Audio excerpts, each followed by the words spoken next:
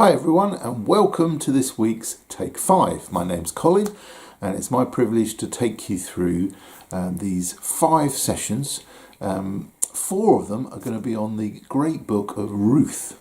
It's a very small book, 4 chapters, and we're going to look at that as we go along. And then the last day, we're going to be looking at another book, which I'll tell you about later. So let's look at Ruth. So on this first day, we're going to look at Ruth chapter 1. Now, Ruth was written around the time of Judges in Israelites' history, although it's probably looking backwards at that time. And Ruth may or may not be alive at this time, but it was looking back at her life and the experiences that she had and how those experiences brought her to faith in God. The story goes that Naomi had a family, and Naomi had a husband and a couple of sons, and they lived in Bethlehem, probably, or at least that was Naomi's hometown. But the Israelites had problems because there was famine in the land, and they needed to find resources, they needed to find food. And the only place that seemed to have it at the time for them was the Moabite land. The Moabites lived on the other side of the Jordan River. Now, the Israelites and the Moabites didn't really get on very well because the Moabites, if you know your history, were the people who rejected the Israelites as they came out of Egypt. They wanted to go through the Moabite land, and the Moabites said, no, we don't want you here. And so there's always been a bit of bad beef between them. But because of needs, this family decided to move to Moabite and set up shop there, because they've got resources, the food that they need to survive. And they seem to have settled down, and the 2 sons come of age, and they get married to local Moabite girls. Not the normal practice for a Jewish family, but I suppose they didn't have much option in that country. So life carried on for them. This first chapter records how, unfortunately, all the males in that family die off. It doesn't give details, but ultimately there are 3 widows that are left. There's Naomi, and there's Orpah, and there's Ruth.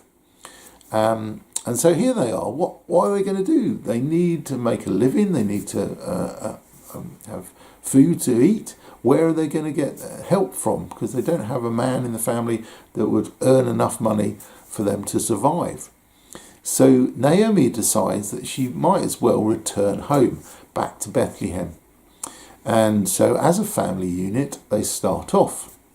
But Naomi feels this is a bit unfair on the 2 youngsters because they're young enough to remarry and have families. And she hasn't got any more sons, as the tradition was, that they could marry and carry on a family life together. So she says to him, look, wouldn't it make more sense if you go back to your own families? Go back to your families, go back to your gods, go back to the culture you know, because there's nothing for me. I've lost everything, and I will just go back and start again in my hometown. Now, Orpah sees the logic in this, and regrettably she decides, yes, I'm going to go back, I'm going to reconnect with my original family and find a new life there. Ruth, on the other hand, she has a very different attitude. While it sounds logical to go back to her family, she has completely given herself to this new family and this new cultural identity, this new Jewishness with all the cultures and the ties, but more importantly, given herself over to the God of Naomi. She says to Naomi, your people will be my people. Your God will be my God. In other words, saying, I'm all in. This is me. This is all I am. And I'm going to follow you, and I'm going to follow your God because he has become my God. And Naomi and Ruth carry on the journey. They cross the River Jordan and they go back to Bethlehem.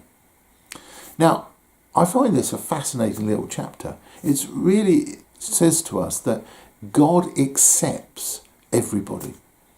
And it doesn't matter where they're from, whether you're the favoured ones or whether you're the unlovable ones. If you worship God, if you give yourself to God, you will be incorporated in his family.